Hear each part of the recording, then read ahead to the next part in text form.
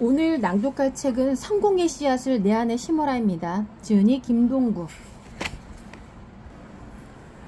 눈물의 장아찌 도시락, 그리고 나의 선생님. 당시 학교에서 피란민 학생은 나밖에 없었다. 그러나 나는 서울에서 온 데다 항상 새로 빨아서 깨끗하게 손질한 옷을 입고 다녔다. 게다가 형과 누나 덕분에 한글은 물론이고 구구단까지 줄줄 외웠으니 2학년보다 성적이 훨씬 우수했다. 자연스레 선생님들의 예쁨을 받을 수 있었고 운이 좋게도 모두가 나를 학생의 모범으로 치켜 세워주었던 것도 같다.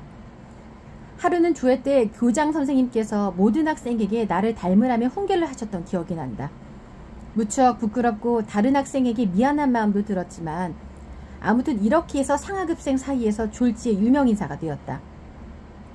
아무리 유명해져도 피라미는 피라미인지라 사는 것이 어려울 수밖에 없었다.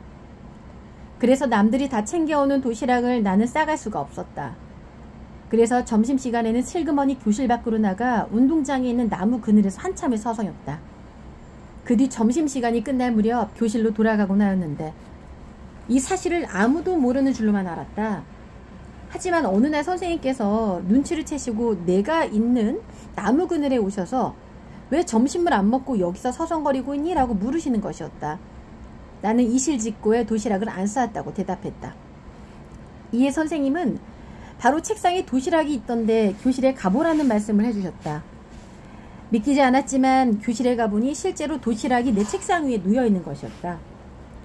배고픈 심정에 누가 언제 내 책상 위에 도시락을 갖다 놓았는지는 관심도 없이 그저 맛있게 먹어 치웠다. 그런데 그 이후로도 학교에 가는 모든 날에 같은 도시락이 책상 위에 올려져 있곤 했다. 어리석게도 나는 누가 갖다 두었는지 어떻게 이런 일이 생기고 있는지는 생각지 않고 계속 먹어대기만 했다. 당시 내가 순진했는지 어리석었는지 아니면 누군지 찾아내면 더 이상 가져다 주지 않을까 걱정이 된 것인지 모르겠지만 말이다. 도시락이라고 해봤자 거의 꽁보리밥에 장아찌 몇 조각이었음에도 당시 그렇게 눈물나게 고맙고 맛있을 수가 없었다.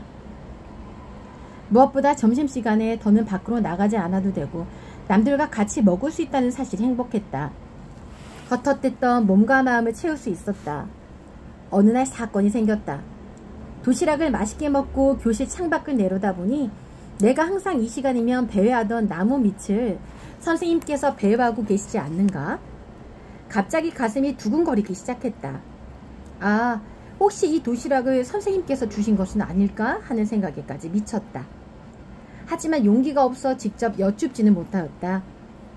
이후 선생님 얼굴만 마주치면 얼굴이 달아오르곤 했다. 학기 말이 되면 그때나 지금이나 시험을 보는데 어느 날 학교 수업이 끝난 뒤 선생님께서 바빠서 그러니 저녁에 선생님 집에 와서 좀 도와줄 수 있겠냐고 물으셨다. 나는 생각할 겨를도 없이 그렇게 하겠다고 한 뒤 선생님 댁으로 갔다. 막상 가기는 했지만 내 나이에 선생님을 도와드릴 일이 무엇이 있을지 궁금하기도 했고 걱정이 되기도 했다. 그런데 선생님께서는 우리 반 아이들이 본 시험지를 갖고 오셔서 채점을 하라고 하는 것이었다. 답안지까지 갖고 오셔서 그냥 보고 베끼는 일이라 어려울 게 없었지만 당황스러웠다. 다행히 내 시험지는 없었다. 선생님께서 빼놓고 주신 것이었다. 열심히 채점을 하고 있으니 얼마 뒤 선생님 어머니께서 근사한 밥상을 들고 오셨다. 어린 나이였지만 선생님께서 왜 자기를 도와달라고 하셨는지 어렴풋이 알 것 같았다. 당신은 학기가 끝날 시점이었는데 새학년이 되어 담임 선생님이 바뀌될 시기였다. 커서 다시 생각해보니 선생님께서는 작별하기 전 저녁이라도 제대로 한번 먹여줄 생각으로 집으로 오라고 하셨고 핑계가 없으니 학기 말고사에 시험지를 주고 채점을 맡기셨던 것 같았다. 나를 부르신 것은 시간이 없어서도 바빠서도 더더욱 나의 도움이 필요한 것도 아니었지만 나의 체면을 생각해 학기 말고사 시험지 채점을 부를 수 있는 핑계거리로 삼으신 것이었다.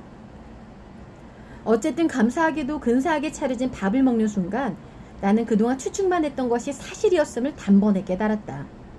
찻입에 넣은 장아찌의 맛이 도시락에 있던 장아찌 맛과 같았던 것이다. 이로써 매번 내게 도시락을 주었던 분이 선생님이었음을 깨달았다. 당시 선생님 역시 넉넉지 않은 형편이었기에 도시락을 매번 2개씩 싸오실 수는 없는 노릇이었을 것이다. 선생님은 집에서 싸온 선생님 몫의 도시락을 매번 내가 모르게 나의 책상 위로 가져다 주신 것이다. 내가 배회하던 나무 밑에서 선생님이 서성거리셨던 순간을 떠올리니 눈물만 한없이 흘렸다. 입에 들어있던 밥을 도저히 넘길 수가 없었다. 다행히 선생님 어머님도 같은 방에 안 계셔서 그나마 울기라도 할 수 있었다. 어린 나이였지만 선생님께서 왜 자기를 도와달라고 하셨는지 어렴풋이 알 것 같았다. 그날은 내가 집에 갈 때까지 선생님을 뵙지 못했다. 아무리 기다려도 안 오시기에 선생님 어머니께 여쭤봤더니 다른 일이 있어서 집에 온 지 얼마 되지 않아 밖에 나가셨다고 말씀해 주셨다. 그렇게 나는 선생님께 마지막까지 고맙다는 인사도 제대로 하지 못하였다. 얼마나 사려 깊은 분이셨던지 아직도 내 기억에 생생하다. 나는 이 경험을 통해 진정한 사랑은 생색을 내는 것보다 소리 없이 실행하는 것임을 배웠다. 또 대한민국에도 현재 이렇게 훌륭하고 참된 선생님들이 많이 계시다는 생각이 든다. 아이들의 밝은 장래를 위해 먼저 걸어간 길을 아낌없이 나누고 생각하는 선생이라는 직업을 지금도 무척 존경하는 이유이기도 하다. 이후 내가 성인이 되면 꼭 찾아뵙고 감사를 드려야겠다는 생각을 했다. 하지만 성의가 부족하고 이 핑계 저 핑계 때문에 실행에 옮기지 못했다. 지금도 그것을 생각하면 송구한 마음뿐이다. 아마도 이런 부채감이 내 마음 깊숙한 곳에 쌓여 지금과 같은 다양한 교육재단 사업을 하게 된 것인지도 모르겠다. 남을 돕는다는 것은 단순히 이름을 내걸지 않고서도 그 자체로 의미가 있는 일이다. 누가 알아주지 않아도 도움을 주는 게 얼마나 기쁘고 즐거운 일인지 모른다. 동시에 이렇게 할 수 있도록 여러 기회와 운이 따라주었음에 감사하다.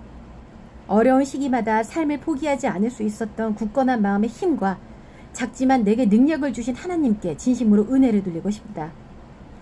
미국에는 빌 게이츠나 워렌 버핏 등 수많은 자선사업과 사회봉사자들이 있고 최근 한국에서도 나눔의 가치를 행하기 위해 돈이나 재산을 기부하는 사람들이 많이 늘어나고 있음을 안다. 선함을 행하려는 사회 분위기에 일조할 수 있다는 게 얼마나 큰 기쁨인지 모른다. 피랑길에 만났던 귀인들, 따뜻한 도시락을 챙겨주던 선생님 등 그때 작은 나눔은 나라는 사람의 인생을 바꿔주었다. 부디 나의 나눔 역시 누군가에게 다 그들의 인생과 삶의 태도, 가치관을 바꿀 수 있기를 바란다. 어느 날 학교를 다녀오니 많은 사람들이 집 앞에서 웅성대고 있었다. 뭔 일인지 몰라 사람 사이를 비집고 들어갔더니 아침까지도 멀쩡하시던 아버님께서 돌아가신 것이었다. 지금 생각하니 아마 그것이 심장마비라는 게 아니었나 싶다. 황망한 마음도 잠시 우리 가족은 마음을 추스리고 다시 서울을 향해 떠나야 했다. 피난처였던 합덕에서 약 1년 반이 지나던 시기였다. 소문대로 중공군은 서울까지 내려오지는 못했고 교착 상태에 빠져있는 상태에서 정전협정이 맺어졌다. 그동안 신세를 졌던 분들께 일일이 인사를 하고 서울로 돌아왔다. 치열했던 전쟁 속 어린 나는 삶과 죽음의 경계 사이를 목도하고 누군가의 나눔과 온기를 경험했으며 사랑하는 이를 잃은 채 서울로 올라와야 했다. 떠날 때 바닥에 끓였던 바짓단이 어느덧 발꿈치 위로 올라와 있었다. 몸과 마음이 한 뼘 더 자라 있었다. 이 책은 출판사에서 보내주셨습니다. 출판사는 북랩이고요. 지은이는 김동구 님이십니다. 안 되면 되게 하라라는 강한 집념으로 여러 사업을 성공시켰고요. 선한 영향력으로 미래 세대에 희망을 뿌리는 그의 이야기가 담겨 있습니다. 젊은이들에게 도전과 용기의 메시지를 건네는 것 같습니다. 파티픽으로 이뤄낸 100억 기부 신화, 성공의 씨앗을 내 안에 심어라. 김동구 작가였습니다.